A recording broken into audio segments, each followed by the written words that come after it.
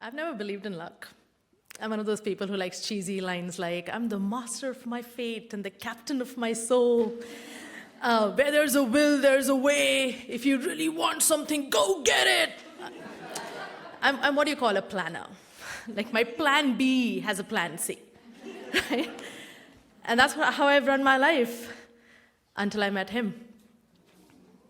Mayadu Patutu. Don't ask me, even I can't explain where I came up with that name.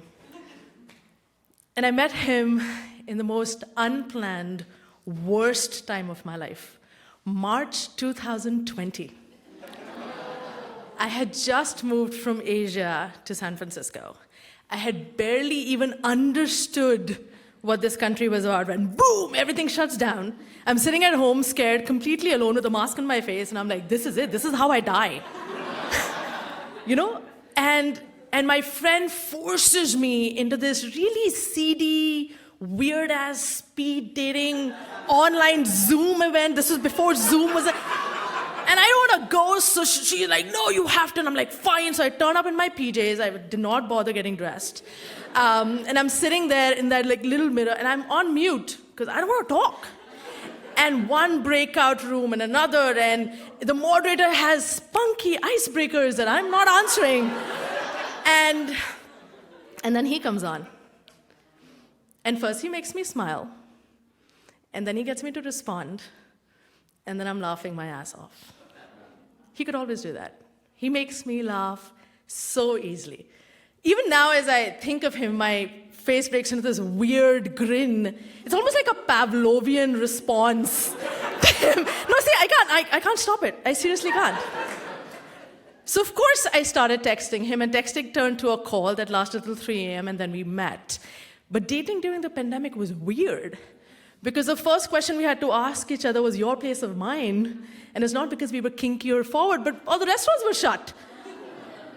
So we got to know each other in giant sweatshirts and sweatpants, and over burnt toast and crunchy omelets, and clogged toilets that we could not fix, and long drives alone where we sang the same songs over and over again, and Netflix binges where you spend 2 hours deciding which movie to watch and then fall asleep 30 minutes into the movie.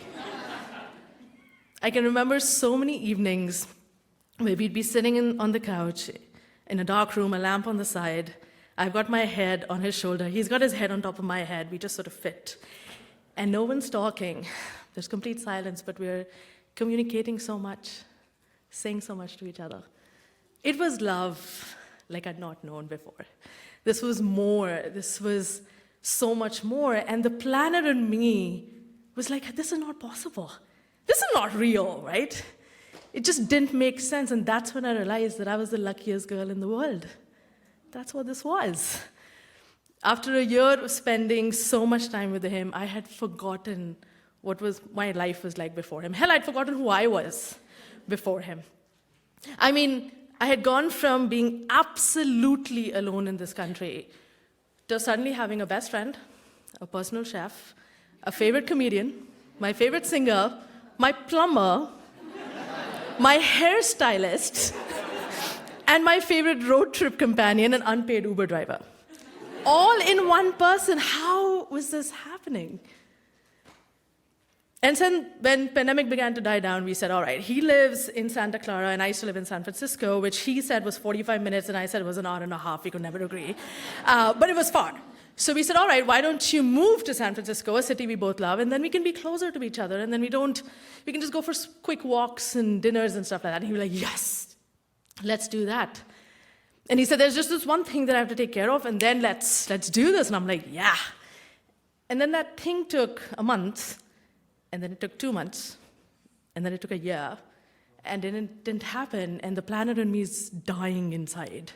And I'm like, you know what, it's fine. It's fine. It was a bad idea anyway. See, we both lived in my apartment in San Francisco for all of these 2 years anyway. Like, his apartment was the most expensive closet in the Bay Area. So why would we get a second apartment? He should just move into this house, right? Like, it made sense. And he was like, oh my God, that is the idea. So we had a difficult negotiation about the ugly-ass brown couch I would not let him bring with him. I won.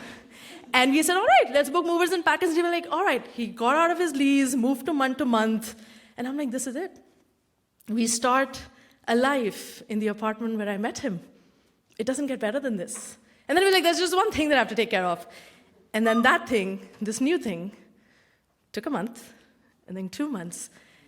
And then it took a year, and we moved. And I know that at this point, this strong foundation that we had built at the start had started to look like a broken Amazon cardboard box stuck together by tape. The tape I call hope. But this year, when we got back together, my tape was running thin. But this time, he asked me to meet his parents. And I thought, this was it. It felt like graduating when I had failed every single class. And I met his parents, and we became a family, and then the word marriage came up. And I said, you know what? Ross and Rachel had 7 breakups. They worked out. So could I. So we got back, and we were about to move into Noe, and then he said, there's this thing. And that's when I stopped, because I realized that I was his almost girl. He had almost moved closer to me, had almost moved in with me, he almost married me, then he hadn't. So I bailed. And I walked away, and I drove the 816 miles to Seattle to start a life here. I decided that I was never going to plan again. I'm now going to pray. And now I pray that my luck will change, and I will find love again. And this time, the guy will look at me and not say almost, but he'll say, hell yeah. And then I'll make him the luckiest guy in the world. Thank you.